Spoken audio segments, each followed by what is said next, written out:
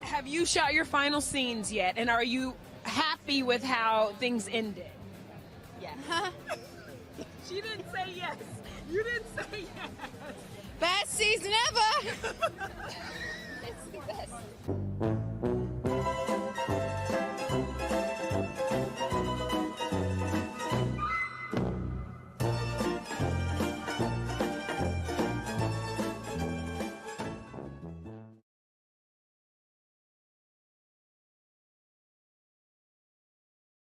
Welcome back, ladies and gentlemen, to the Registered Nerd Podcast for episode 12.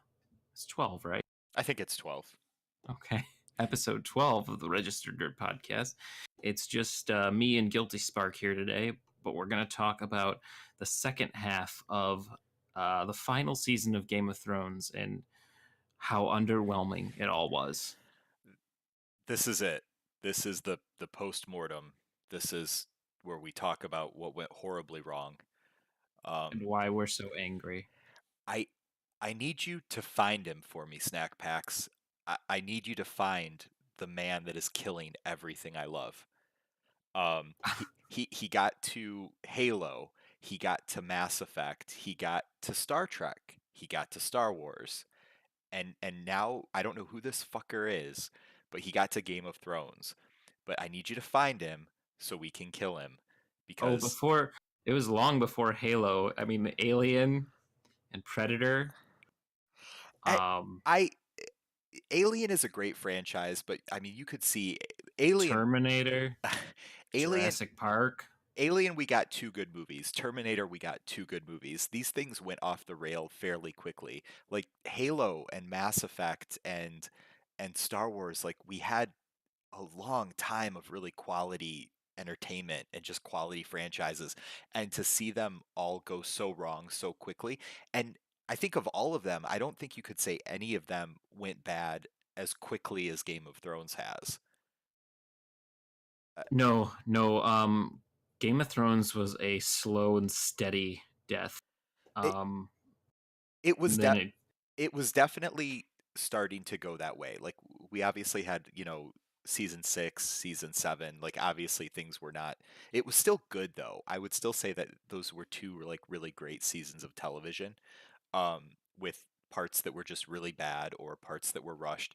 But this season is just dog shit. Like it's really terrible and I, I don't know. Maybe people dog on the Mass Effect 3 ending, but like for the most part, Mass Effect 3 was a really good game that just had kind of a disappointing ending. Halo was really good through like 5 or 6 games until Halo 4, which was the new studio, which is kind of where it all started to go wrong. But I'm almost in shock about it. Like I don't think it's just so bad. And I know everyone's talked about this, but it's like you're not even watching the same show. You go back and you watch season 2 or 3 and you watch this and you're like, what the fuck happened? Are the same people involved in this? Like what happened to the old writers? But I mean, obviously well, the answer is they were, copying George R. R. Martin's work, and now that they can't look over his shoulder. I honestly think they were just tired of it. I mean, that has got to be part of it because HBO basically George R. R. Martin wanted them to go for 10 seasons, and HBO was like giving them a blank check essentially, and was like, take however long you need and whatever. And that's yeah, I've heard that too, and that makes no sense to me because if George R. R. Martin is on board and if HBO is willing to throw money at the project, if these two guys like fuck these two guys, who are these two guys? I'd never heard of these two fucking guys until this show. So why do Yeah. they get to say, "Oh no, we're just going to do a 7 episode season and then a 6 episode season and then we're going to wash our hands of it and fuck the 100 million fans that are all around the world." Like why do I was these watching guys have the power? I don't know. I was watching a live stream, and somebody told me that, or somebody said that, I think it was David Benioff is one of the people who wrote the screenplay for X-Men Origins Wolverine. Oh God. Well, Like, there's the mark of quality. right. God, fucking terrible film. Um, So specifically today, we're kind of talking about the second half of the season, which is weird to say because it's only 3 episodes. It was so compressed. But it kind of Um, well, I was gonna say, did your initial like quality score, did it drop? Mine certainly did. I was at a 5 when we talked about it last time. oh yeah, I would say this season is a 3. This is the worst season of the show by far. Um, and I I, put it I at about a 2.5. yeah, I would That's about say as best as I would give it. yeah, and I would if Webbs was here with us right now, I would say he'd probably think it was about the same. This wasn't even a good season of television. I mean, as far as the special effects, of course, and how grand it is, and how many actors and extras, and obviously that is all. There's still quality there, and and I don't think the acting is bad. Like I don't want to give that impression. Like I think everyone's really trying, but I think what they have to work with is just so poor Right. compared to what they've had to work with in the past. And if you look at interviews, these actors they don't understand their motivation. We talked about this before, and the actor that plays Tyrion is kind of saying like, oh, Tyrion's supposed to be really smart, but he made this mistake and this mistake and this mistake. So I kind of guess he's not very smart. Like he doesn't even know why his character is doing the things he's doing because it's not rational. Right. Fuck this show, man. Yeah, but I was like, and it's the thing is that like I can't recommend this show to someone now. You know what I mean? Because it ends in such a bad way. It's Right? It's so like unsatisfying. because somebody asked me the other day, they were like, now that it's done, should I pick it up and watch it? I was like, all right, if you're gonna pick it up and watch it, what you need to do is just watch seasons 1 through 6 and just let your imagination run wild after that. Come up with your own fanfic ending. I mean, Exactly. that's what they did basically. Um, so why And not? and the thing is that maybe the story beats will be the same in the end. Like maybe certain people will die certain ways, Right. or this person will end up, like Danny will end up getting killed by John, but it'll make sense in the books. You know what I mean? Right. It won't be How just it like gets out there, of nowhere. it won't be super Right. compressed. Well, I watch these YouTube channels like Alt Shift X or Ideas of Ice and Fire, and these guys are really smart, and they have all these. They've all over the last couple years, they've developed all these really intricate theories, and they read passages from the books, and they go, wow, how are they going to expand on this, and how is this going to weave back into the story? Right. And it turns out none of it does. There's nothing. It's just the show just hits a brick wall. Right. And I know the books aren't going to be that way. I've been reading Dance with Dragons. Um, was that what I've been? What's oh my God. I jump back and forth between all the books. I've been reading Tyrion is in Essos and That's Dance with yeah, Dragons. Dance with Dragons. And I was reading passages out of that, and the writing is just excellent. It's just so descriptive, and the world feels so alive, and the characters feel like they're all doing things that make sense in their situation. Um, Right. and then, I've rewatched some of the episodes of this season, and I'm like, this doesn't even feel like the same universe anymore. This just feels like hack fantasy storytelling Well, for the most and part. and the thing is that and I know I got a lot of shit for it way back when it happened, but you remember me bitching, like pitching a fit about season 3, about the Red Wedding episode? Do you remember me like complaining ad nauseum I, about I, like I stuff from the Red Wedding and stuff like Yes, that? I remember you weren't as taken with that episode as like everyone else was. Well, it wasn't. It was because okay. A couple things happened in that season. I think it was that season that like it made me start thinking that the show writers didn't respect the world that George created or that they like established in the show itself. Right.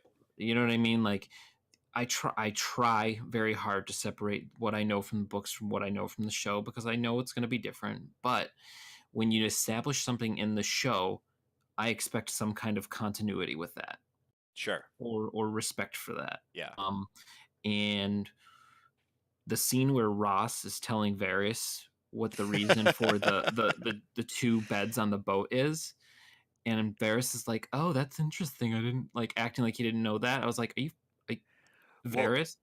He knows Well, everything. they In had the to show in you that Roz was a super genius, and the only way they could figure out how to do it was making Varys look like some sort of idiot for 5 minutes there. But it's just so stupid. It was really And stupid. and where did it lead to it? It led to nothing. Her character gets fucking murdered, and I was so happy. I know you were. I remember. I think, and I think not every story thread needs to go somewhere, especially in something as expansive as this show. I don't think they were going to ever like wrap everything up or give a payoff to everything. But Right. like somebody, I forget which channel I was watching, but I was watching something and they started to talk about all of the things in the show that have just been left hanging. And I couldn't even finish the list because they were just Right. talking and talking and talking. It's like, oh my god. Well, Right. let's try to. Well, and before I finish, the one thing, because people are gonna, well, anyone who's listening might wonder what I'm talking about with the Red Wedding episode is there's a part where Catelyn is talking to Roose Bolton about the bedding ceremony, and she said that Ned forbade it, Right. and it drove me insane. And I was being told that I was a book purist, but I'm like, you know what? I, I don't. I mean, maybe that's a little bit true, but still, I don't think that Ned would have forbidden the bedding Oh ceremony no, because he was absolutely not. a man of tradition, Yeah. an old timey tradition. Like that's why he worshipped the old gods. Like it's just Well, like let him rest in peace. Let him be his character. We don't need to do that. well, and there was I mean, there was obviously a reason that they did that, and the reason was that, the bedding ceremony was something that was in the lore, and they're like, oh, well, this is, archaic, and it's not very, PC to do that, and so we'll make his character, we'll make him, he's cool and progressive, because he said, no, we're not going to do this traditional thing that, everyone has done for thousands of years. And you're right, it doesn't match up with his And, character. and then if you're, I mean, and the thing is that they're not even consistent with something like that because then you have that arc where Jamie starts getting redemption and then he goes and rapes his sister in front of the dead body of his son. Like and that scene in the book is so different. It's It's very so different. it's very different, and I don't know why. Because I'm still not sure it was really a this is gonna be a weird. This is a hard scene to talk about because I watched that scene and I thought it was like, I don't know. He was being a little forceful with her, but Cersei is the one that has the power in that relationship, and I don't think like Cersei would let anything happen that she didn't really want. You know what I mean? Like didn't want to happen or wasn't okay with Right, right, happening. right. So I always looked at that, and then I remember the next day everyone was talking about like, oh, like Jamie raped Cersei, and I was like, Is that what happened? That didn't really seem to me like what happened, but yeah, I know what you mean. God, we're gonna have to talk about Jamie. We're gonna have to talk about all these fucking Oh, characters, oh my or god. or what's left of them. Well, okay, let's get into episode 4. Um, that God, what even happened in this episode? So this is the aftermath episode. This is This is the all Starbucks. of our yeah, the Starbucks. Yeah. The stupidest this God, that the whole episode was fucking stupid. I I thought it was really funny that suddenly they still like, oh, we only lost half of the Dothraki. Oh, we only lost half of the Yeah, Unsullied. and the show has always, and even the books a little bit, I will admit, has always like, oh shit, we need troops to fight still. Oh well, this house didn't show up at the battle, and he happens to command 10,000 men and stuff. There's always been a little bit of that in the books, and there's been more of it in the show. But But it's a little bit, but it's more well, fleshed out well, in the books. I mean, all they obviously, but all they needed to say, and you and I had talked about this after the battle, because I said, did when the battle happened in episode 3, I said, did they just write the fucking Dothraki and the Unsullied practically out of the show? Like, does Danny not have an army? And all they needed to do, see, this is where you talk about them being lazy and just wanting the show over and not giving a fuck. All they needed was a throwaway line saying, we put half of our forces in reserve just in case this plan goes wrong. You just need a little throwaway line where they say, look, this is the forces that we think we need to commit to draw the Night King here. But we sent forces south to like, Moat Cailin or somewhere where if this doesn't work, we can maybe have a chance at like stopping them cold because they have to come through Moat Cailin and that's a really tight area. That's all you fucking need. and Right. they didn't do it. So when I thought, oh man, Danny's whole army's destroyed. It looked like about 95% of the Dothraki, maybe more. It looked like 60 or 70% of the Unsullied. A lot of them died. Um, and then this, this episode starts, and well, I don't think it was this episode 4, where you really see the Dothraki. They didn't know what to do with the Dothraki, so they just kind of like they're a non-entity. But you're right, like Winterfell was completely overrun down to the fact that like the guys guarding the crypts were brutally killed outside the doors. You heard their deaths, and it's like, where the fuck are all these troops coming from now? Um, Right. the Unsullied just apparently divide, by mitosis every, day or two to get more.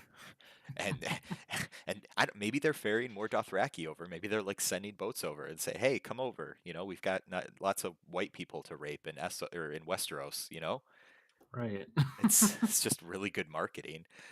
But yeah, this. So you want to talk about character things that really kind of bothered you? Like in this episode, one of the things that bothered me was when they were playing the drinking game, and Tyrion makes the quip about Brienne being a virgin, and it's this big like ooh thing, and it's like, didn't Jamie like sacrifice his hand to like protect her virginity? Like, why is that a big deal that she's a virgin, and why does everyone all of a sudden get really upset? Like, Right. she should be in this situation. She's a woman that's never been married, and a medieval. I don't know. I found that whole thing very awkward, and out of Right. place for everyone involved, for Jamie, Tyrion, and Brienne. Like the way everyone reacted was very bizarre. Yeah, it was Um, really, really bizarre. Um, the thing that really like even it pulled me out of the episode immediately because I was thinking about how cosmically stupid the move was for Daenerys to name Gendry Lord of Storm's End. Not only is it like the dumbest, like not only is he the least fit person to lead anything, um, but I mean she literally just created a challenge to her throne. Like well, she I think it was yeah. I okay. So one of my problems with the show has been that they've basically forgot about the Seven Kingdoms now. It's Mhm. the Lannisters, the Starks, the Targaryen forces. Like these, as they've like combined groups and stuff like that. Like they kind of Yeah. remembered the Vale of Arryn a little bit in Well, this and then season. they're like, who's the current Lord of Storm's End? Bitch, Varys knows. Ask Varys. Yes, Varys would know. Also, Tyrion would fucking know. Like yes, and it. Oh, Stannis didn't leave anyone. Like Stannis didn't leave anyone in charge when he left. he Like abandoned the what entire it castle just and it he just just left everything. it. I mean, because at one point Stannis was in charge of all of the forces, basically all of the forces from the Reach. Once Renly died, all of the forces from Storm's End, um, and then his regular castle at Dragonstone. So wow, they really. I know he lost a lot of forces at the Battle of Blackwater, but he would not just leave his castle ungarrisoned. Like he would have a Castilian, like somebody would be in charge of Storm's End. Like it's a whole. Exactly. It's not just a castle. It's a whole fucking country. It's one of the Seven Kingdoms. Right. So Well, I mean, and again, like it's just in people were like, well, she was trying to create an ally, and Gendry wouldn't like betray her or whatever. I said, first of all, Gendry barely fucking knows this person.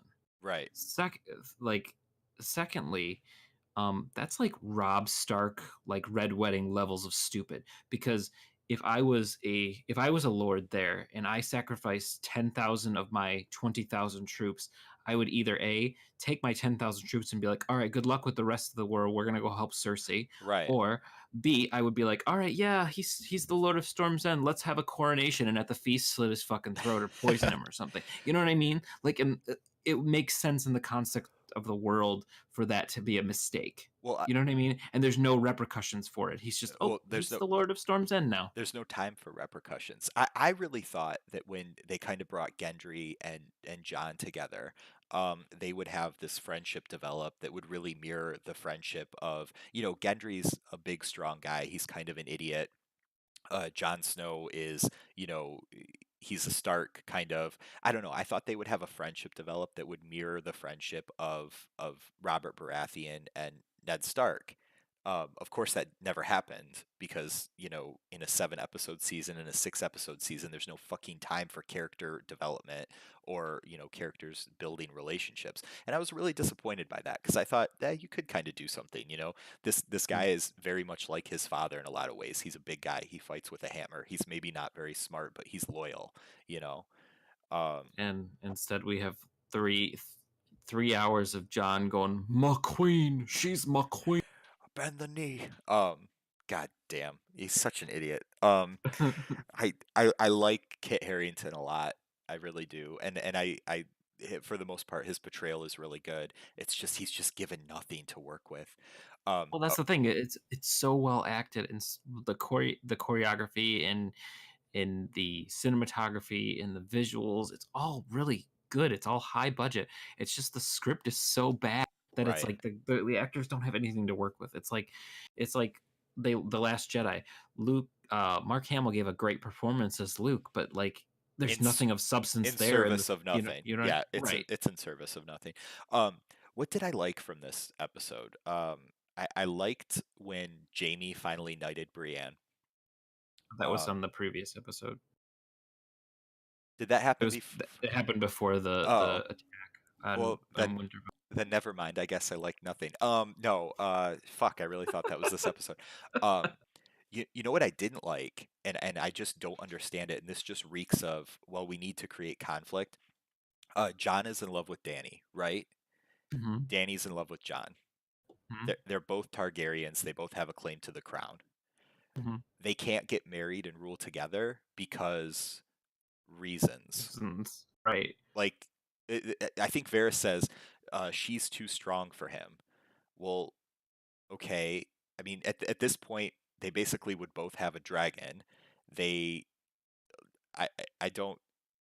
It doesn't work with her care. I mean, she has done a really good job in the show so far of listening to counsel and maybe having her worst impulses be a little bit tempered. And I don't understand why like John can't do that because I got nothing. I don't know what the fuck they're thinking other than it would ruin the plot of the show because it would, everyone would live happily ever after. Right. Right. But to me that's just really shitty storytelling right there. Right. Um I just I don't get it. Like and I don't get John's motivation of it seems like it's very important to him that like his family knows who he is, but yet he doesn't want to do anything with the information, like he doesn't want to rule. And if they love each other so much, if Danny knows him, like Danny should know he's not a power hungry guy. He's never sought power. Like he was king in the north, and basically the first thing he did when he met her was gave all of that up to save his people. Like he's not a power hungry tyrant. So who the fuck is writing the show? Yeah. I don't get it, dude. Like, oh my god, it's just okay. So what was good in this episode?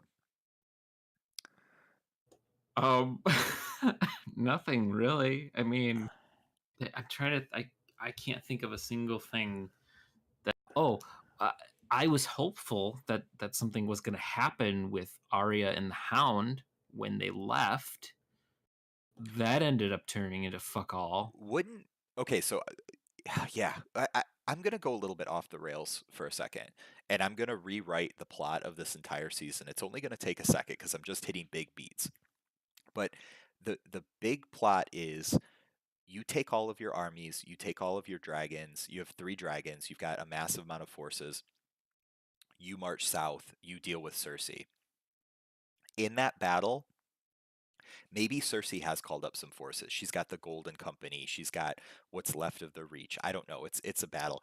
Maybe one of the dragons dies there. The battle's not necessarily going your way. Uh, and you know who appears to kill Cersei? Who? Arya, because Yeah. that's where her fucking story is leading. So Arya shows up at a key moment. She kills Cersei. The Lannister resistance crumbles. Tyrion, it gets named Warden of the West and Lord of Casterly Rock. Um, Maybe Jamie is captured. I don't know what you do with Jamie at this point. I don't really care. Maybe Jamie dies in the battle trying to save Cersei. Arya has to kill them both. Whatever. That's where Arya's story has been heading. That's where this ends. You have Clegane Bowl, whatever. Maybe Clegane, fights his brother to let Arya get through. So Well, you've dealt that's with what I was Cersei. thinking. I was thinking just like in terms of killing Cersei, what I think would have been more satisfying was okay, say uh you know the you have Qyburn go up to Cersei and he says something, cryptic to her and he says we have to go or whatever. And then Qyburn stabs her, and then you see him pull.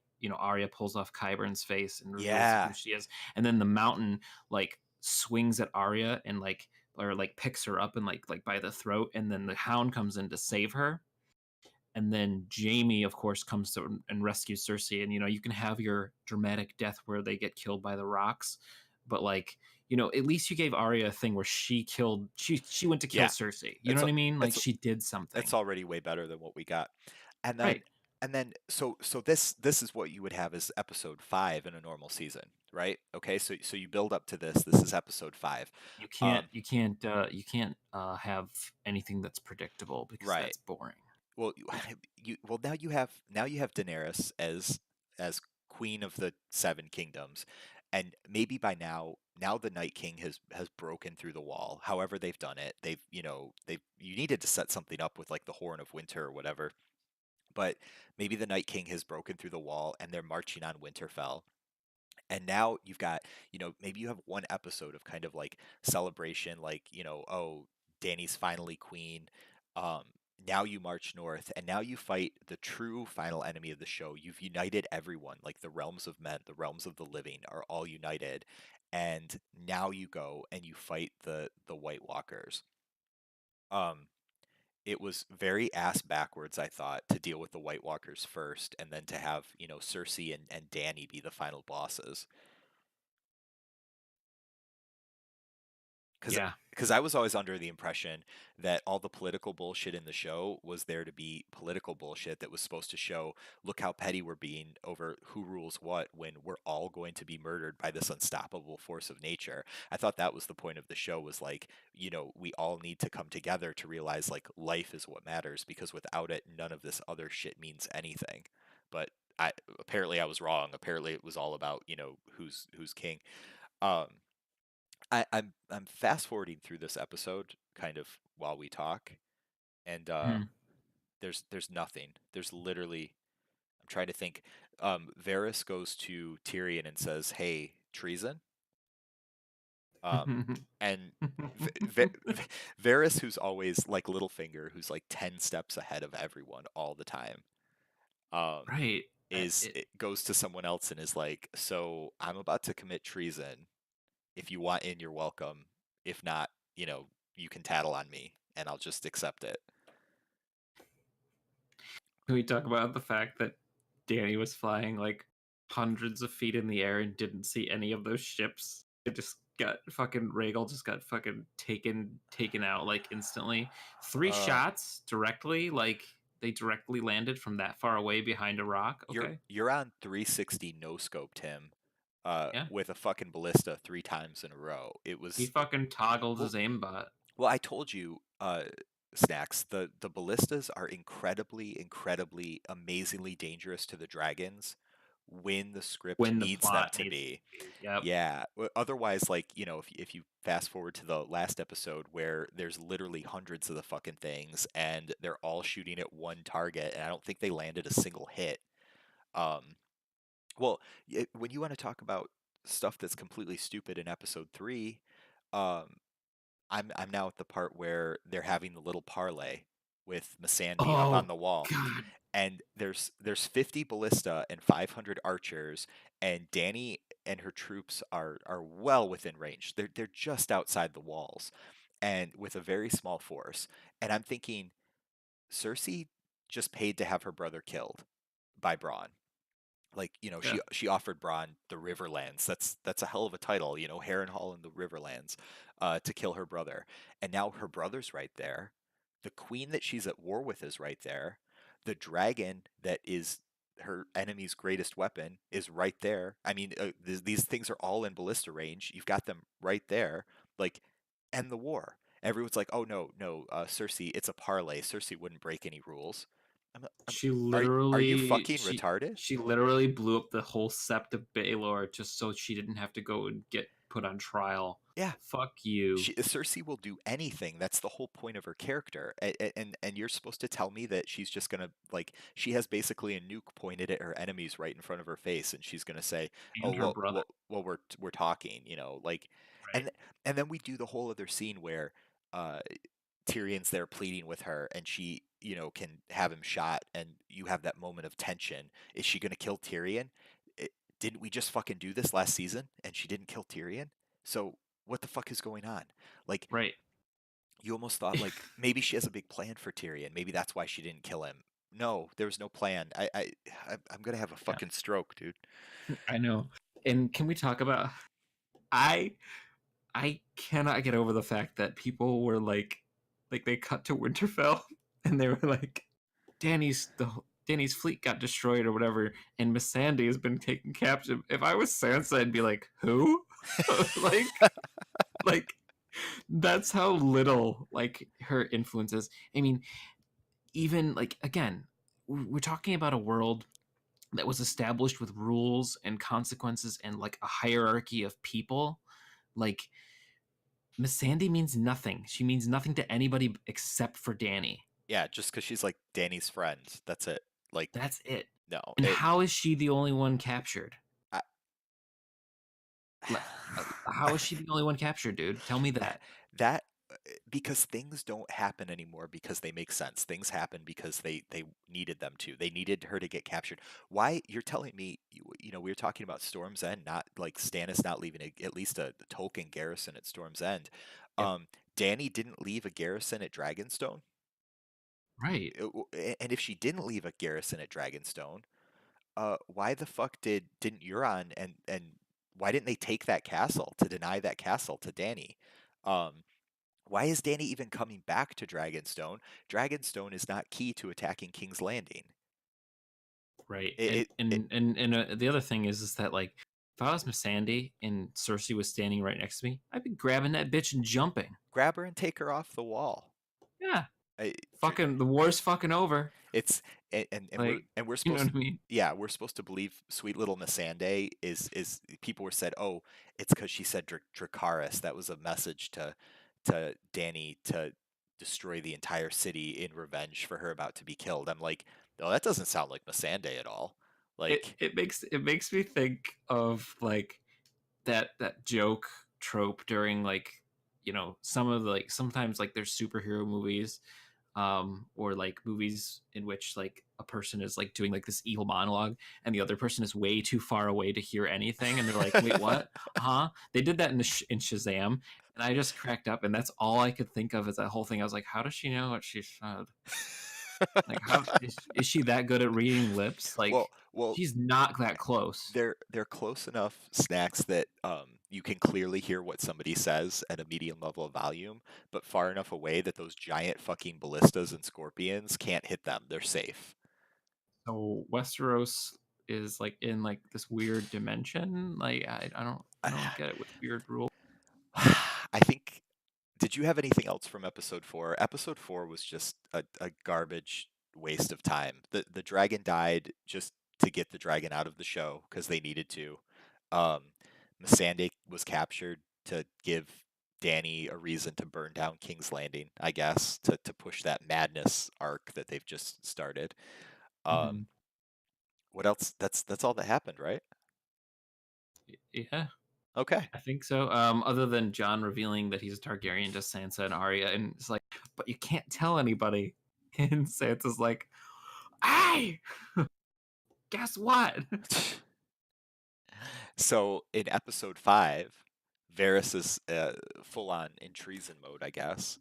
Um, and I guess his plan is just to send letters out to everyone saying that Jon I love how he's Snow. doing it when he knows he's being watched Yeah. too.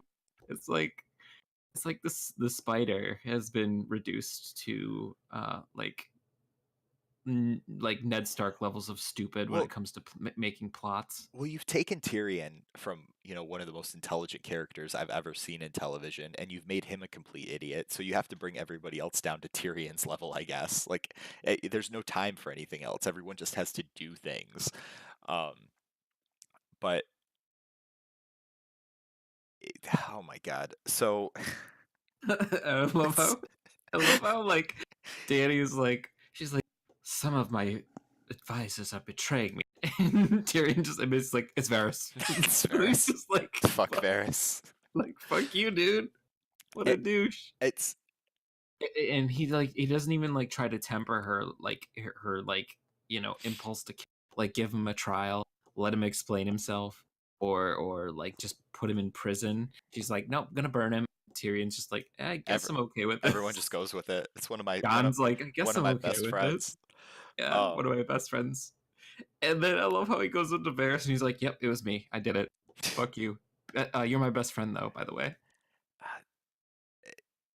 it's really quite incredible what a fuck up it all is. Um, I'm trying. Not much happens. There's a lot of downtime for a season that's like feels rushed. Doesn't it feel rushed to you? But also like as I'm clicking through, I'm like nothing happened in this scene. Nothing happened in this scene. Um, Mhm. and then again, we're back to Tyrion being an idiot now.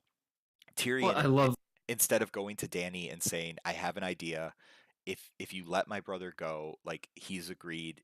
He knows she's fucked. He knows the city's going to be destroyed. No one wants that. He will do his best to get her to abandon the city and leave, and we can take the city without bloodshed instead of just burning him because he went back to her."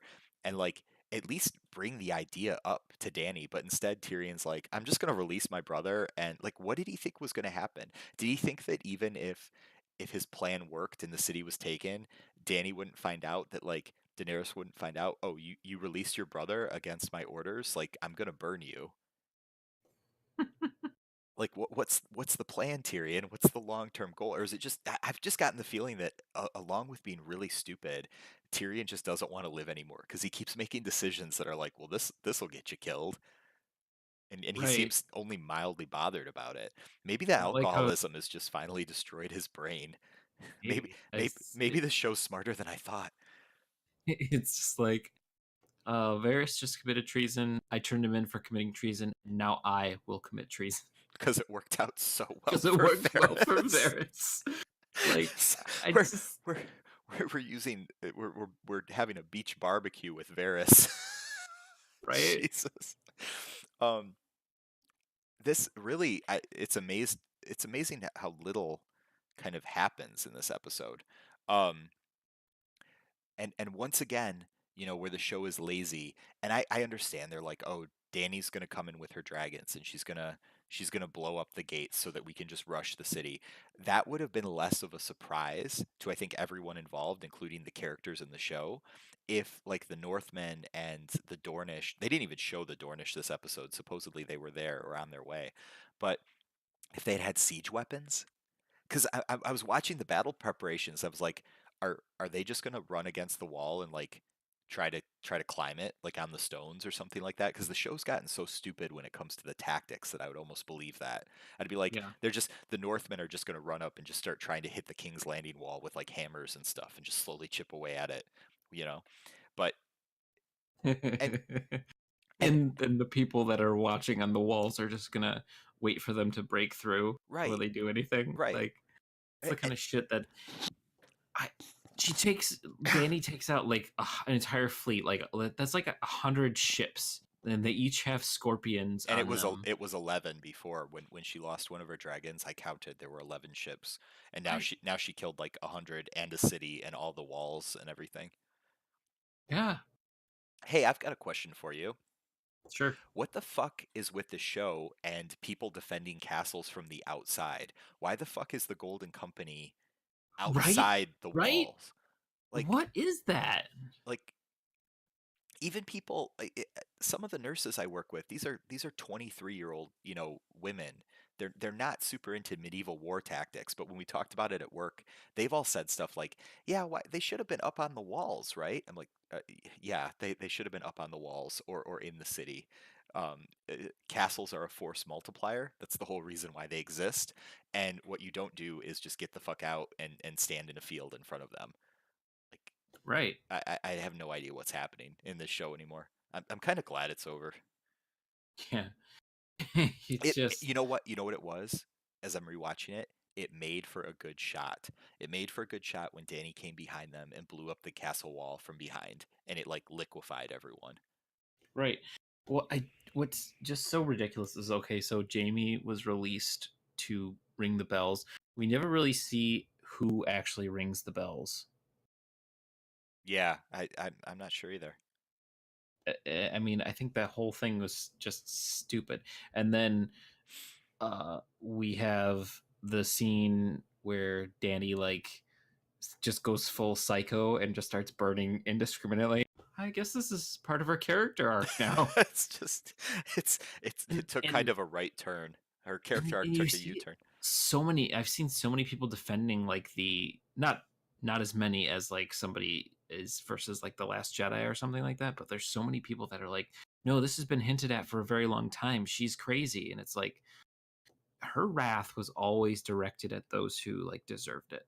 There was never any like time where she No, she never would she burn never went after children and innocents innocent. for no reason. Yeah, right. Hey, Like, you're better at the lore than I am. Because I think you've read the books a few more times, and I don't know, you just have a better. F- was the Red Keep? Wasn't the Red Keep somehow built with like dragon fire as well, or did I make that up in my head? no, I don't think it was built with Dragonfire. It was built by one of the I can't remember which one it was commissioned by, but it was finished by Magor the Cruel. And Okay, Magor the Cruel was the one that had all the passageways and stuff in it, like made, and he killed everyone he commissioned to make it. He right. beheaded them all, so that I nobody but the dragon would know the secrets of the Red Keep. I was kind of surprised because I thought that would kind of make an interesting reason why you couldn't just nuke the Red Keep, from a dragon. What is it? It Was was like, created with oh, if it was like, Dragonfire. somehow they forged the castle, like the stones together or something, like with dragonfire so that they would be resistant. Because like obviously, like we've seen Harrenhal and other castles just do not stand up to dragonfire at all. Um, Right. which makes you wonder like why it's almost like why would somebody that had dragons like the Targaryens even bother building a castle that like the only one that could be an enemy to them would be another Targaryen, and if another Targaryen could just nuke your castle, like it's kind of pointless. Right. But I don't know. So in this episode, stuff does start to happen in this episode because I forgot the season is so short. This is where they completely annihilate King's Landing. Yeah. And And here's one of the things that really was bothered me. I mean, the whole episode bothered me because every single shot there was something wrong. yeah, There was something wrong in every single shot. So you have Arya and the Hound going into the Red Keep, and the Hound turns around and tells her, "You don't want to like be fueled by revenge. This is what my life is. It'll lead to death and stuff." And it's like, dude, she's killed more people than you have. it's worked for her Like, so far. Like right? she's And she's it's doing like just fine. she's just like, "Oh, okay, that's a good idea. Bye." Like, oh, and I was like, "Wait, no, she's not gonna do anything. We're She's not gonna do shit. Are you fucking kidding me?" I'm gonna jump forward a little bit because it's Arya related, but it was also completely pants on head retarded. Um, So, sorry to interrupt you. You remember how earlier I was talking about what my ideal thing was her attempting to kill Cersei in the yeah, mountain coming in? Like, what I would have loved to see is okay. So she stabs Cersei. The mountain picks her up. The Hound comes in to save her. Jamie and Cersei they book it out of there. The Hound, grievously wounded, ends up killing the mountain. Like cuts his fucking head off, and he's like laying there dying, and he's instead of him asking, or he tells Arya to get the hell out of here, he's dying or whatever, and Arya says, "I have one more name on my list," and she kills him not out of revenge but out of mercy, so he doesn't get killed by the fire. oh, that would have been great. Like that would have been more poetic, I Oh, think. Where it would have been, yeah, that would have been excellent. It would have worked I because, thought about that. I thought about that. I was like, there's so much. There's a lot of layers to that, and I was like, yeah, oh my god, that would just be so much. a mercy killing to keep him from burning to death. But he was also on her But he was list. also on the list. Yeah, that would have been great. Um, Like in the two episodes before when she's leaving Winterfell, she's like, I've got some names on my list still. right. He So makes a joke about, oh, am I still on your list? And she just kind of looks, shoots him a look, you know, yeah, yeah. like So literally everything with Arya was terrible. The fact, so I know it's the next episode, but in episode 6, when Jon is kind of following Daenerys back to the castle, and all of a sudden, Arya appears next to him because that's what she can do now. She can just teleport, and she looks at him, and what was the line? She says, she looks at Danny, and she goes, "I know a killer when I see one." I I think I I, pissed my pants because I started because laughing because it's my like, I think John knows she's a killer, my, dude. my entire nervous system shut down for about 30 seconds. I might have been dead because I just thought you're literally standing in the ashes. You're breathing the ashes of the children that are still burning. And I thought you're right, Arya. She is a killer. Good job. Like it's very constructive. God, Arya does not pay attention in class. Like what the fuck? It's just so It's stupid. I was like, you can't have that. You can't say that line there when you're literally breathing the ashes of all the people she killed. Like you have the she's a killer line about somebody you maybe don't know very well, and it's like, maybe she seems kind of nice or enigmatic, and somebody goes, "No, I'm a killer," and I looked into her eyes, and that's a killer too. Like that's when That's you no have that line. ordinary rabbit. It's got a vicious streak a mile wide. It's not appropriate to have that line after you literally just watched her kill a billion people. It's like, no fucking shit, Sherlock. Yeah, she's killed some people. We're all aware. We're trying to figure out how to deal with it. God. And Um, uh, why didn't Arya immediately go to kill her? Like Arya's whole thing is vengeance uh, and revenge. well, I think we're getting ahead of ourselves here God, we're because so far ahead of ourselves. we're still talking about episode 5, The bells. but Episode but 5, the bells. but really, everything was so stupid. Like when they started slaughtering everyone, and like all the Northmen like charged forward. It's like, oh, I guess they don't really care that John is king of the North and is telling you not to charge. But okay, I think that was just supposed to be like their battle lust was so high. They're like, yeah, let's kill some fucking Lannisters. Let's rape some the battle people. lust was so high that they don't listen to their commanding officer. Yeah, God, exactly. what a Exactly. bunch of bullshit. When And then, when oh, Daenerys, and go ahead. oh, go ahead. Well, Oh, I was gonna say. God damn it. You go. Okay. Well, okay, so we have that scene where Jamie's going into the Red Keep like in that secret entrance, Yeah. and you have Euron show up, and it's like, how the fuck did you get here? You were like half a mile, like a mile out at sea. He When your fucking ship was destroyed. he rode the same dolphin Missandei rode. Oh, got it. And then he's like, Jamie's like, yeah, we got to get out of here. And he's like, no, I'm gonna fight you. And it's like, why? Like, wouldn't it be more in your character to be like, I'm taking the and boat. here's yeah, exactly, here's how I fix that scene. He comes in and he's like, I gotta get Cersei and we're getting the hell out of here. And he's like, I'm taking this boat. And Jamie's like, the fuck you are. Yeah. And then they fight Yeah, instead of him going, instead of him Jamie's just going, we're gonna fight now. Jamie's trying to save Cersei. Euron's trying to just get the fuck out of there. Like, Right. it would make so much more sense. And then why is Euron like, I love how he stabs Jamie, and like when he's dying laying there, he's like, I was the man that killed Jamie Lannister. And but no one will ever know. Why does it matter to you?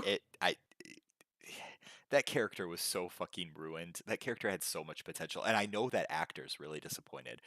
Excuse me. I know in interviews and stuff he's talked about he's read the books and he was really excited to play that character, and what they did to the character, they're like, oh, we're not going to make him like a cool mystical pirate, we're just going to make him like kind of a jackass and everyone will hate him. It's like, oh well, great, thank you. um so back to the battle. when Daenerys is on the dragon, and I just thought of this because I'm watching it on the show, but when Daenerys is on the dragon, and there's that kind of moment where the bells are ringing and the city has surrendered, and she's looking across the city to the Red Keep, and you have that kind of moment where Cersei's looking out and Dany's looking back at her, and it's like, okay, she's gonna do it. She's gonna the city is surrendered, but she's gonna burn the fucking Red Keep down because it represents, everything she's lost in this war and Cersei's seat of power. And I was like, I kind of can get behind that because you can add this kind of like ambiguity of, yeah, there's probably a lot of civilians in there because Cersei was bringing civilians into the Red Keep. So she is about to kill a bunch of civilians, but it's Right. also kind of still arguably a military objective because it is the seat of her greatest enemy's power.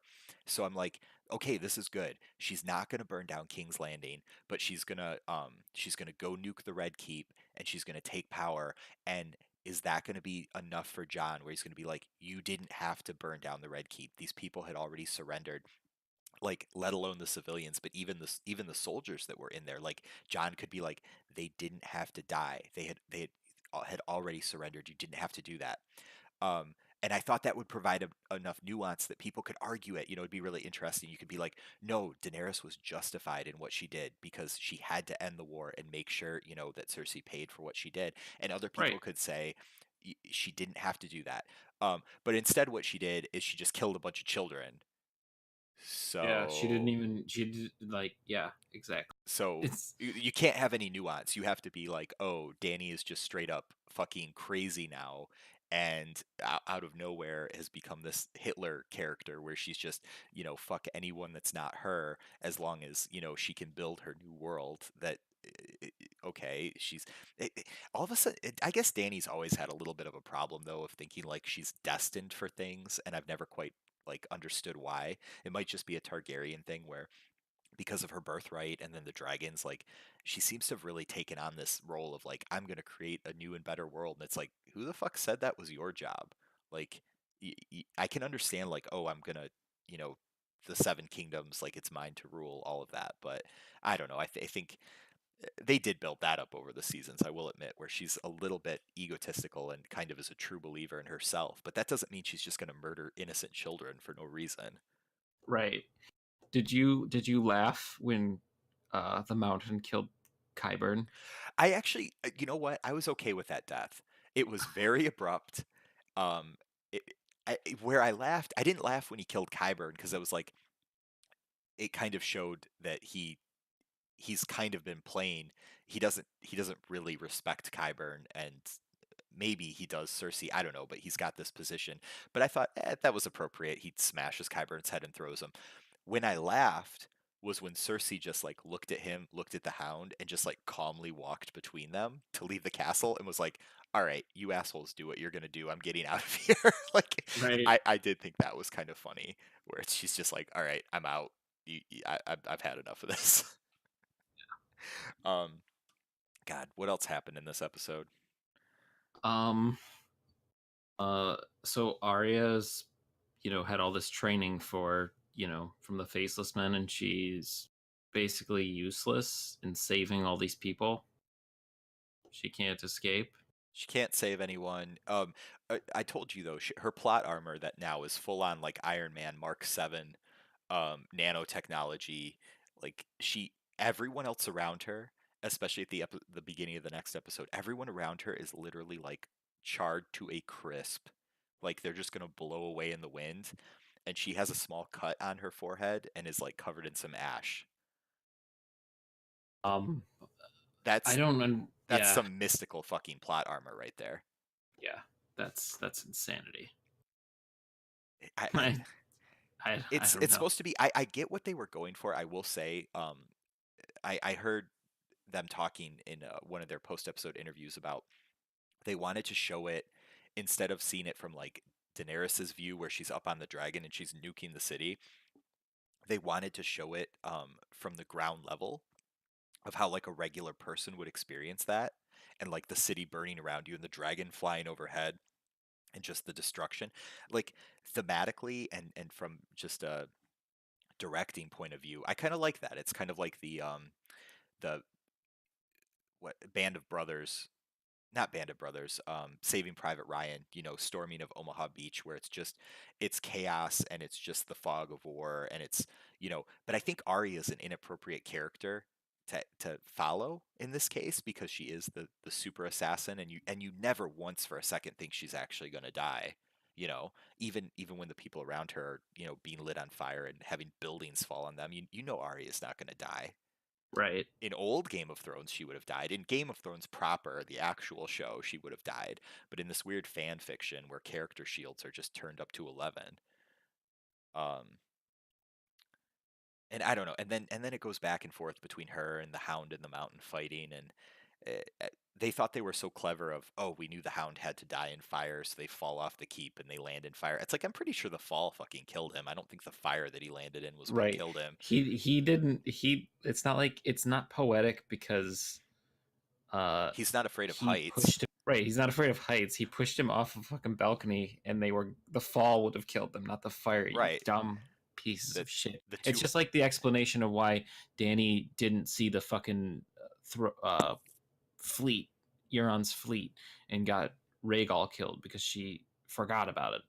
Yeah, That's literally she what they say. she forgot about her. Danny kind of forgot about her biggest enemy, and Varys forgot, and Jon Snow forgot, and like everyone They forgot. mention it in the beginning of like the fucking episode too. There, They mentioned the fucking Iron Fleet at the beginning of the episode. it's just doubly insulting because there's literally no reason for them to even go to Dragonstone. There was no reason to go to Dragonstone. They should just come down the fucking King's Road, you know? Like, what was the detour at Dragonstone even for? I don't know. And also, I have a question for you, just from a physics point of view.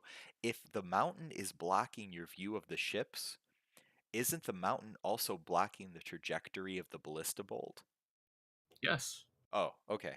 I I thought mean, unless you have homing ballista bolts. I mean, those are special and they require you know, it's special circumstances in order for them to work. But they only work one time. You the can't have them work twice. the amount of times, you know what happened a lot in this season that never used to happen in Game of Thrones? Something would happen and you'd be like, "Oh, that character's fucking dead," but it cuts away at the last minute, and then when it cuts back, they're fine. Like Yeah. we saw a lot of that shit this season. A lot of that. You know, there was actually people that were that thought that Jamie might be alive because I don't know, like because they didn't tweet anything about his death or Jesus, I don't know. It's about 3:45 in the morning. I think we got to move on to episode 6, the final Yeah. insult. Yeah. You know what, they were so fucking proud of themselves. You could tell just the way it was shot. They were so proud of themselves when that Danny the flew to the castle and the dragon landed and she walks forward and Drogon spreads his wings behind her and it looks like dragon like angel wings on her. They were so yeah. fucking proud of that, and that is such a hack fucking shot to do. And it's so on the nose. It's so on the nose. It's not subtle or anything at all. No. And it takes you out. Actually, it took me out of the show for a second. Versus if you watch, I watched one of Mahler's streams and he compared a scene from I think like season 3 or 4 where Tywin is talking to Joffrey while he's sitting on the throne, and the way that the angle is in the shot is Joffrey is technically sitting higher than Tywin, Yeah. but the way the angle is, it's angled so that Tywin is talking down to Joffrey, even though he's technically higher up. And it's like that's like a really nice subtle touch to something like that. Versus, look at my wings, I'm an angel and a dragon. Yeah, it just absolutely. And you know, they John's walking up. Okay, so here's a question. So John runs into Grey Worm, who's just also now a full psychopath. He's decided because Missandei died, he's going to brutally murder prisoners um, because it's Danny's orders. But my question is, couldn't John have said, "Well, wait, how do you know it's her orders? She's been up on her dragon this entire time. Like, Yeah. let's talk to the queen first before Well, we and brutally that's kill the these thing is that people." like it's so not John for him to not like react to that, where he just walks away and He's like, "This is fine." he's like, we're gonna talk to the queen. like I took that as, oh, we'll talk to the queen, and then she'll say, yeah, fucking kill him, Yeah. and then he kills them. But no, he like as John's walking away, he starts slitting their Slitting throats, and their I'm like, throats. John, what are you doing? He's doing what you don't want him to do. Well, what was and also great is he walks away from Grey Worm to go find Daenerys, right? and Grey Worm is there. He Gr- fucking how teleports. how the fuck did that? I didn't even have to watch the episode twice before I realized how fucked up that was. That was the first time I was watching it. I thought, how the fuck did Grey Worm get up there when John had just walked away and they were both going to the same I was place? so distracted by what happened right before that, I didn't notice it the first time. Like I didn't notice he teleported because Mm. I was so taken out of the moment like that. I was like, wait, John, don't what, John, no, what do you no? Well, and you want to talk about on the nose fucking hack imagery? John walks into that courtyard and all the 8 million Unsullied. I swear she has more Unsullied now than when she started. The courtyard is just full of Unsullied, and they're all facing forward in perfect formation. And you have the giant Targaryen flag, and it's so Nazi Hitler-esque imagery, like it's just so on the nose of, oh well, now Danny's Hitler. She went from being space Jesus to Hitler in like 3 episodes. It generously, you could say that. And then, Right. oh, and not to mention, then the show remembers the Dothraki. The Dothraki are back there. There's thousands of them from somewhere, and it's like, what? Danny's this peacemaker and stuff. It's always been weird that she's been in charge of the Dothraki, because the Dothraki go through the town and they're like raping people and stuff. They're not, the Unsullied kind of are the perfect weapon for Daenerys, because they won't rape people. They won't attack when they're supposedly, they won't, like, once the battle's won, they won't get that like bloodlust where they're just destroying the city just for the hell of it and stealing shit. Like, they follow Right. orders and they do everything perfectly. Right. But I've always thought the Dothraki were very problematic as a force to be led by Dany, and I thought it would be really interesting to see like how they dealt with that. Like, what is the place for Dothraki in a Westeros society? Like, are they going to have to change, or is they're going to have to change to be able to peacefully live in Westeros? And the show just ignored all of that. Yeah. There's a lot of storylines that just end with, and they didn't do anything with it. Right. And then the part where Tyrion walks up and he like, resigns his hand. I was like, here's the first part. I was like, what the fuck, is when he throws the pin down. I mean, I Yeah. knew he was gonna do that as soon as he looked at Oh her. yeah, yeah. I was like, he's gonna throw his pin down and walk away, or she's gonna kill him. I was thinking she was just gonna kill him outright, which would have made sense because she instantly killed Varys for that Right. as well. And he did it in front of all of her forces, which is like a big no. Don't insult your king or your queen in front of their entire army Right. and expect your queen to not react to it. Like, if you'd done that to Robert would have had you thrown in a dungeon. You'd done it to Joffrey, you would have lost your tongue. Right. You did it to Cersei, she probably would have changed you up in the dungeon and had Sir Gregor like rip your hands off. You know what I mean? Hmm. Like, each each ruler would have done something. Instead, she just lets him walk, lets him, Well, I think she get a she told Grey Worm like take him, and they like walk behind him. They don't even like grab him. They just like, okay, he's kind of resigned and he's just gonna go to the dungeon. just again with her like whole bloodlust thing going on. It just doesn't make any sense for her not to kill him. How much of this fucking episode was people just like slowly walking? Oh my god, it Was was really annoying. there was so much nod and talking in this episode. Just like 40 minutes of it. Yeah. It, it's just fucking brutal. And then, Danny does her little speech about how, I'm insane now and I'm gonna take over the entire world and, burn everything. And then so John goes to talk to Tyrion, and Tyrion, for some reason, has to be the moral compass and say, John, you have to kill her because she's obviously, nuts. And John, Yeah, as if what she did but wasn't she's enough to. but she's my queen. Oh, Like, my queen. queen. It's like, what the fuck happened to Jon Snow? He's the one that always tries to do what's right, and I've never understood his weird loyalty to her. Like, I understand her forces kind of helped with the Night King, although the dragons didn't do anything like you would have thought. And honestly, it was her dragon that allowed the evil through the wall. So, Right. really, I think we all would have been better off if she had just never fucking come to Westeros. But I mean, I'm sure the people of King's Landing would agree. Right. Like, And that's something that really makes me laugh because they the whole plot of bringing a white to King's Landing to oh get God, Cersei to help it ends up just costing them everything and accomplishing nothing. that was the worst part of last season. Like even from a planning point of view, it makes no sense. Like Cersei's not gonna care. She's gonna be like, oh well, I'm probably fucked in this war anyway, but now I know you're fucked too. Awesome, we can all burn together. That's her personality. And I sent you that line as I was reading Dance where Tyrion's talking about his sister and knowing so much about everyone in Westeros, and that's why he's such an like a valuable asset to Dany. And he does none of that in the show.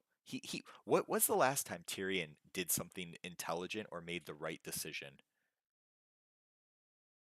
How many seasons Um ago? When he shot his father with the crossbow? yeah, well, That and was that was kind of that was the death of Game of Thrones right there. right, Was when it started to go downhill. And I'm sad that Tywin got killed. I'm right. glad because they didn't fuck his character Well, over. well, even that made things worse because that basically empowered his sister, you know? Because Tywin was basically, I'd rather deal with Tywin than freaking Cersei, who thinks she's smart but isn't. Oh my God. So we get another walking scene, but now it's Jon instead of Tyrion. So, the walkie is a foot taller. And, there's a scene again, it looks cool. I felt like they did a lot of things because they're like, oh, this looks cool.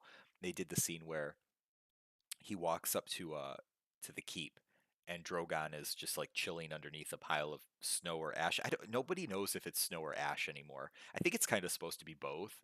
Like the city burned, but also it's winter and now it's snowing. Yeah, but it wasn't winter in the previous episode. Well, it was like kind of chilly, right? I don't know. They No, there was nothing that indicated that it yeah, was winter. They forgot it was winter in King's Landing. So, Jesus. Um um, Not to mention the fact that this is a minor point, but it's continuity again. Like the fact that King's Landing looks so different because now they need to put big armies outside of it. So instead of being in an area that's like Mediterranean hills, now it's like, just flat, featureless country with no trees or anything like that. Um, but did John's whole thing where he stabs Daenerys, spoilers by the way. Um, we've been talking about everything else that's been happening, and this is where we draw the line and go, "Hey, spoil." spoilers, spoiler alert. Um, I mean, if you haven't watched the show by now, fuck you. Snape kills Dumbledore. Snape kills them. 'Twas beauty that killed the beast. Um, I couldn't even. This is a show that I used to care so much about, and one of the main characters just stabbed another one of the main characters through the heart, and I just felt nothing. I was just like, I know. "Yep." Whole episode, I was like, "Oh, okay. Oh, okay. Because Okay." it literally is. And then afterwards is when I got angry when I actually had time to think about it. Well, it really is like if I watch or if I read a Star Trek fan fiction or something like that, and they kind of assassinate Kirk's character or something like that, it doesn't really make me upset because I'm like, well, this isn't like real. I know none of it's real. It's all storytelling, but it's like this isn't. Nobody else is going to read this and like think, oh, now now Kirk is a violent murderer or something like that. And I've kind of felt the same way watching this season, where I'm like, this doesn't change my opinion of anyone because this just doesn't feel real. It doesn't Right. feel like the actual characters. Right. Um, and then and what's the symbology, the symbolism, if you will, of so Drogon melts the Iron Throne. Why my question is why didn't Drogon melt the Iron Throne before Jon killed Daenerys? I, Like why wouldn't like the whole purpose of Daenerys going there and her saying I'm going to break the wheel, it's all, et cetera, et cetera. She gets there and she's like it would have been more poetic for her to be like this is the throne, I had all these yeah, visions. She's talking about how she envisioned it she like just like she's just gonna burn everything now. It's but like she's like she's she's building just a like new world. she's like but she goes, but the Iron Throne has no place in my new world, and then she has Drogon burn it down. That would have made more That would sense. have been better. I don't even know what break the wheel means anymore. It seems to just mean like Daenerys is in charge of everyone. Like Right. that's what break the wheel means. But she says she doesn't think she can have children, so I don't know what her long-term plans are, or maybe she's just not thinking past her own death. But so then Drogon picks her up and flies away. uh, I guess. Like,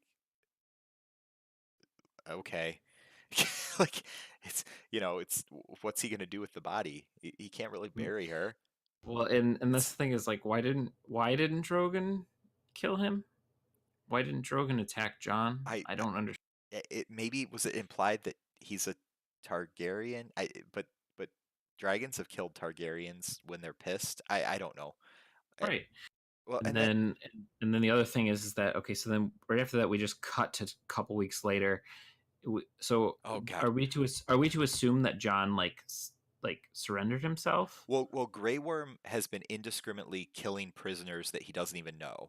Right. So And that's the he thing. Why wouldn't he just kill? Right. he would totally Kill take John. John captive when after he just killed his queen, the last person in the world he gives a fuck about. Oh wait, Right. that makes no sense. This whole Right. fucking show. God And damn. secondly, like, I mean, I know John's probably like, sitting there and was like walked upon by the unsell, but like all you have to go on is some blood in the snow, Right. and Drogon's not there, Daenerys isn't there. Well, All well, John has to do is like find a way to get around, like just leave. well, John being John this season, I could be him, like, see him just being like, I just want to die. I committed this crime. Kill me. Like, You that's know, John's character, I guess. Although he had to be convinced, by Tyrion to do I had to this. betray my queen. And then the whole council ending was really unsatisfying. They remember Dorne exists. There's a new Dornish prince. Um, there's some lords that are from places I don't know, like they don't even say, they don't give them names, they don't like announce anyone. They're just like, oh, we've got Tully. I guess it makes sense that Tully would be there. It makes sense that Sansa would be there. I don't know what the fuck Brienne and the Onion Knight are doing there. Um, Right. Brienne's not even the head of her house, and also her house is like super unimportant. Tarth is like not an important island at all. Right. It's not a great house. Like you don't get a fucking vote.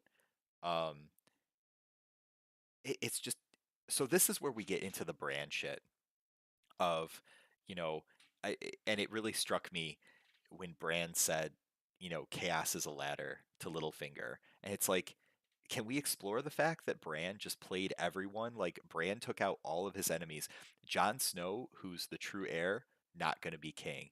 Daenerys, who had all the power to be queen, not going to be queen. Cersei, who actually was queen, knocked off the board. Like Bran has positioned things. Oh, the Night King dealt with, no longer a problem. 10,000 year long problem, no longer a problem. Um, Bran has positioned everything, and he even says, "They said if we pick you to be king, will you accept it? Well, why do you think I came all this way?" Like Bran fucking played everyone to become king. Like he fucking orchestrated this whole situation. Yeah, it makes him seem like a fucking psychopath. Psychopathic. What's the word I'm thinking of? Machiavellian. Like he Right. just fucking played everyone to become the most powerful person in the world. Lord knows what his fucking. We don't know what Bran wants. Um, and it seems like he's pretty benevolent. I mean, at the end, I guess, because he's pretty much. I mean, Tyrion is de facto king. He's hand of the Right. king. Right. And at that scene at the end where Bran just like checks on him, is like, "Oh, I'll go see if I can go find Drogon." He's like, "You got this, Tyrion." He just goes and fucks off. It's like, It's like, wait, what? I have to go now. It's like just like in the Battle of Winterfell. It's like My people need me. he's always got something fucking better to do instead of Right. you know. But Oh God. it One of the things that really was like so stupid about that is that you have you've got fucking they vote Bran as king, and then suddenly Sansa's like, yeah, I don't want you to be my king, so we're just gonna not secede us. from. Yeah. And then of course we have the so it's now the six kingdoms, and it's oh we're gonna do that. We're gonna do that, and then Well, you know, all hail. Oh, go ahead. all hail Bran the Broken, Like if that was me, I'd be like, Tyrion, can you fucking not? Bran the Busted. Like Bran the bonerless, just like Br- Bran, Bran that needs a catheter. right. Bran the bonerless. Oh my god. Um, I, Bran, I need my ass wiped. you know And what? he's not the first of his fucking name, you fucking idiotic fucking showrunners, you pieces of shit. You don't know anything about the world that you like. You don't have any respect for your own world continuity. Like, No. there's at least two Brandons that I know of that are Brandon Stark. There's Bran the Builder and Brandon Stark, which was Bran's uncle. And they Like, Bran the Builder was a king too. He was king in yeah, the north. So it's not even like you can't even say, well, he's the first king, Bran. Maybe I guess first king of the Seven Kingdoms. I thought that was a little stupid. They just wanted to give him another title. Um, what I found really insulting was when Sam brings up the whole like, well, maybe everyone should vote, which I don't know what the fucking logistics would be of a continent-sized vote in medieval times for king. But what everybody kind of smirks and laughs and is like, haha, what a stupid idea. Including the Iron Islanders who choose their king by a vote. right. She's like, ha, what a stupid idea. And like, did you Dumb bitch. forget? Did you Yeah, forget that that's how your people have chosen their leaders for a really long time? Like, what the fuck is going on here? right. What was the whole point of a king's moot if you're just gonna? Oh my god. And then finally we get to the end of the show, the really unsatisfying end of the show, where God, this show has like four endings. I don't even want to talk about them all. John, at least John gave a pet to his fucking wolf. You know, Yeah, he right. he, he petted Ghost, and I was. I mean, and what's okay? So they send him up there, and the way I've heard it framed is it's a trick. It's to trick the Unsullied because there is no Night's Watch anymore. Because why would there be? Like, there's no monsters north of the Wall. We're allied with the people that live there. Like the wildlings, the only wildlings that have lived are like the ones that are our friends. You know, so the Night's Watch does not exist. So it's just so you can go up there and live. And like, couldn't realistically the Unsullied could all leave and they could turn around and make Jon Snow king. Right, exactly. Like, Or I mean, at this point in time, Bran could pardon him. He could go live in Winterfell, be under the protection of the North, yeah, because he could be Sansa is the queen in the North, well. and it's a completely different, like, you know what I mean? Yeah, he could They're be king in the North, but they right. wanted Sansa to be a queen for whatever reason. It's just so bad. It's so fucking stupid. It makes sense because like it's like the Unsullied fuck off right after they find out that he's going to the Wall, and you're like, Secondly, like the Unsullied aren't that many at this point in time. So who's going to stop them from, like, you know what I mean? If they were just like, yeah, we're not going to kill Jon Snow, No one. They couldn't. It's a false. and Grey Worm gets all pissed off and like and engages in a war. It's like, oh, you're 5,000 Unsullied against the what 15, 20,000 plus we have all the fucking castles. Good luck with that. Have fun. You don't have a dragon to help you anymore. I don't know. Like, You know what was really fucking insulting to me, and this was the one part that made me mad. You know what the last line of dialogue in this fucking show is? uh, I don't remember. Tyrion at the small council meeting making a joke about bringing a jackass and a honeycomb into a brothel. Oh yeah, fuck. It's the last line of dialogue in this show. This show Well, that's just known for just brilliant lines and things that you'll remember forever. I'll remember right, that forever, but just because of the anger and hatred. right. Well, and the other thing that's really that whole small council scene was really stupid. It was Um, terrible. uh, and first You of know, all, you know they should if still be if if dealing the- with if scraping the they're bodies off the stones, and they're worried right, about like putting in yeah. new sanitation in brothels. How much like time has passed at this point? Apparently, the whole fucking city's been rebuilt. It would take medieval people 200 years to rebuild that city. I know that's my thing. Is that like, and then you have okay, so the Night's Watch still exists for reasons. right? Like there's no reason for them to exist anymore. But even though they still exist, why is Sam Grand Maester in the city and not at the Night's Watch? Well, that's the thing too is I think they don't really exist. I think that was all literally just a trick. Like, because when he goes up there, it's pretty much just wildlings that are up there at Castle Black. Like, you don't see anybody else but wildlings. So I mean, it's possible, but like, there's nothing that like confirms that. You know what I no, mean? I mean because there's no time. You can't. I mean, this is the other thing. The fucking show, what it really ends with is shots of Sansa, Arya, and Jon walking down hallways. Yeah. Like again, because we need more walking without dialogue. And You, then I the heard. whole thing about the Song of Ice and Fire book, I was so irritated when they were like, "Oh, Tyrion's not in it." It's like, "Oh, It that's makes such a no funny. sense. It's such a funny joke," and it's like, no, that Who killed literally who killed Tywin Lannister? Who killed Joffrey Baratheon? who was Like accused of killing Joffrey Baratheon, exactly. You who know, like who that's orchestrated the defense against Stannis' invasion of King's Landing. who was the hand of multiple kings during all this time. It made no fucking sense. Right. It was just insulting. It's like All for one little just quip, for just a quip all for a to clip. humble Tyrion to make it seem like like Right. you're not that important. I guess. Now I've always thought of Tyrion and Sam as the two George R. R. Martin. You know, sometimes authors write, and you kind of get the feeling like this is their character. This is like who they kind of see themselves as. With Right. what's her name that wrote Harry Potter, I always got the feeling it was Hermione Granger. You know, Mhm. that's her. That's her point of view character. And I've always felt that like Tyrion and Sam are different sides of George R. R. Martin. Like maybe Sam is more how he really is, and Tyrion's kind of how he you know, wants to be. But Mhm. I don't know. I thought that was a little bit of a fuck you to be like, oh, you're not even mentioned in the story. Like, maybe I'm reading too much into it, but I thought that was very strange. I also heard that the scene where John Pat's ghost is a reuse of a shot from like season 4. I've heard that too. I don't know. I don't know how. I don't have anything to confirm it, but that's what I Well, heard. and have you noticed these fucking dire wolves have like they like stopped growing 3 seasons ago? They're like regular sized wolves, maybe a little bit big, but Yeah. these dire wolves are supposed to be the size of horses. I think that is a Right. reshot. I think this is a reshoot. Um,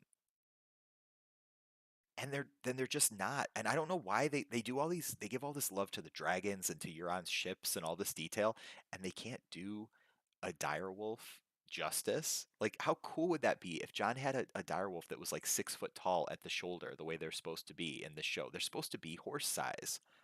Right. To me, it just doesn't seem like there's any obstacle. Well, I mean, that's the end of Game of Thrones, I guess, until the books come out, which Yeah. fucking What can't a happen soon enough, in my opinion. much my. I just. I mean, you know how normally, like, you finish a good show, and at the end you're kind of just like, oh my god, what now? What do I do now? Right. Like uh, you're with the characters for a couple of years, and the show ends, and you're just like, well, what the fuck do I do with my life? And you have like a lot of thoughts and feelings about it. Yeah. This to me, I was just like, oh, thank god it's over. It's just, I mean, can you imagine if we had another season I don't think that I was at don't. this trajectory? Like, how bad would the next season be? That's the thing, is I don't think I don't know if I'd watch it if there was another season. I I don't think don't I don't I no. don't know if I would. See, I thought so a show, what's a show that I liked almost as much as this? I think Breaking Bad would be the show that I was like, I need to rewatch Breaking Bad, but I loved Breaking Bad, and I actually really liked the ending of Breaking Bad. Um, I thought Breaking Bad ended exactly the way it needed to, where, Hmm. he died, he was able to get something for his family and for the people that he cared about. I mean, as far as the conclusion of Breaking Bad, the only thing about it I would say is that it was too perfect. Like, too everything wrapped up so perfectly. It was like You know what I mean? Yeah, I kind of get you, but I was satisfied with it. Personally, that's just my personal view on it. I mean, I think they did a pretty good job. Yeah, I was pretty satisfied with it. I thought it wrapped up nicely. This is like on the other end of that spectrum. There was a show now in the middle would be like Mad Men, where Mad Men's the kind of show where you could end it anytime because i- it's it was okay how they ended it. It wasn't great. It wasn't terrible. This is just wow. The last season has been dog shit, and now this is what we get, you know. And I do hate. I know the actors work really hard, and it's a lot of their life and stuff. But I hate when they, like Kit Harington getting so upset that people sign this petition to remake the season, and it's like, well, they're not doing that just to spite you. They're doing it because the season is terrible and they were really invested in it and they're the consumer and they got this crap. And it's like I know it's not the actor's fault because they gave the performances the best performances they could and for the most part they all did a really good job, but it's like you got to understand why people are frustrated, and it's Right. and people go, anytime people are upset about something, people go, "Oh, it's just trolls or it's this or that." And it's like no one was trolling season 4, you know? Or how about People don't in, troll things that are good. You troll things that are terrible. well, and the thing is that, and I heard this from somebody at work. They were like, "Oh, you just didn't like it because it didn't end how you wanted it to." I said, "It didn't end how I wanted it to, but it also ended in a way that's unsatisfactory no matter what." Like, it's one thing to subvert my expectations, it's quite another to pull a twist or change something and make a character do something that's so out of character just to progress the writing to where you wanted to get this certain shot or certain scene. Exactly. And it's cheap, and I don't believe it. And one of the things, what else did we argue about? Oh, they argued that John got what he wanted. Yes, he wanted to go and be North beyond the wall. And I said, first of all, they don't need to be beyond the wall anymore because there's nothing preventing them from coming north. That's the whole Right. purpose of why the wildlings wanted to come south, is for them to have lands that were not frozen fucking wastelands Right. where they could grow It and wasn't, and yeah, be safe. it wasn't just because of the monsters. It was Right, because it's really shitty up there, and that's why a lot of them came over. right. So And it's then weird that they would just be like, "Oh, we're just gonna go back." Just kidding. and they were like, "Well, John wanted that to happen." I was like, "Show me where John wanted to be exiled. Show me in the show a scene where John wanted to be exiled to the north, If to where he wouldn't see his family." if Egret was still alive, or if he still had something to tie him up there, but like, I mean, now they kind of frame it as, well, like that's where Ghost belongs, so that's where he belongs. It's like you haven't given a flying fuck about Ghost for a really long time in the show. Like he's barely mentioned or shown, and also Egret's dead. Tormund Giantsbane is like your one friend up there, but you have friends south of the wall too. Do you know this show was so fucking rushed that Sam and John didn't even have a goodbye? Yeah, They've been friends since like episode 2. How fucking yeah. insulting is that? All these characters getting together and moments that they've had over the last couple seasons, and Sam and John don't even have a real goodbye. They have one conversation, and that's about John being a Targaryen, which ends up going fuck all Oh, that anywhere. went nowhere. The Like, the biggest reveal to mean the least of anything I've ever seen. yeah, it's just so bad, so fucking terrible. And they're making. I would be interested in seeing a prequel if it has to do with the war between uh, Robert and uh, the Targaryen. Like, I'd be interested in seeing that because if anything else, we might see Tywin and Ned and Robert Baratheon again, and see, like, You can't do it with this writing though. You you can't have absolutely Tywin with this quality of like. writing. I would be cautiously optimistic and kind of watch it. But if there's like a sequel spin-off of things with characters later, I probably won't watch that. Yeah. God. You don't want to watch the Arya show where Arya Christopher Columbus is around the world. No. Oh, that's another thing that people brought off about, and it's not in the. I don't think they've ever mentioned it in the show, but how the Unsullied go to Noth, Yeah. and how like it's dangerous for anyone who isn't a native of Noth to go there because there's like these like fist-sized butterflies that carry this disease that only the people who live there are immune to. Hmm. Like that's why See, like that's what I mean. Noth is like You know more about the lore than I do. yeah, Noth is like this island of like for like that's good for like trading and stuff. It's never been conquered because of that. Because Uh, anyone who's tried to conquer it has been killed by the butterfly fever. oh, jeez. That's funny. They just get wiped out. That's why like they worship the butterfly as a deity there, Hmm. That's kind of awesome, actually. Well, which is really cool. Southros is kind of the same. I know Southros, which is kind of like the Africa. It's got the hairy like ape men, and it's got like basically dinosaurs and all kinds of diseases. Like that's why nobody colonizes that is because basically it's so fucking inhospitable. You know, Right. it's that one guy. Uh, the guy that the slave master that owns Tyrion for a while there, like when he's dying of that horrible diarrhea disease, wasn't it? It's because he like went to Southros really quickly for like a trading mission or something, Oh, I or thought it was. I thought or was it? he contracted the pale mare or the whatever it's called. Isn't that's where it came from though? Or so I don't know. I seem to remember. I'm almost back to that part in the book, so I'll let you know. But yeah, it's Southros is a pretty fucking inhospitable place, and I know Narth's down like in the summer sea somewhere near it, right?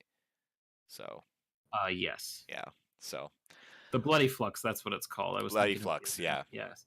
Yeah. Well, all right. Well, that was this was our post-mortem and kind of our therapy session on season 8. It's weird, seven seasons or 10 seasons. 8 seasons is so weird to me. And having a 7-episode season is okay, but having a 6-episode one is not because 7 is a fucking magic number in this series. And it's just weird that they're like, maybe that's the problem. They pushed it past, it's the 7-faced god. It's not the 8-faced god. They fucked up, man. I don't know, man. I just.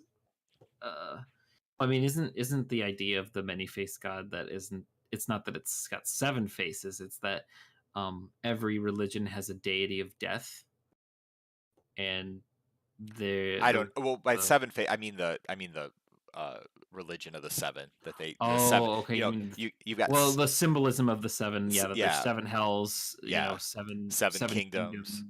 Yeah, Um, yeah, there's a lot of 7 that pops up in this series, and I think they fucked up by going to 8 seasons. They should have just either done the whole 10 season thing or kept it at 7 because they ruined it.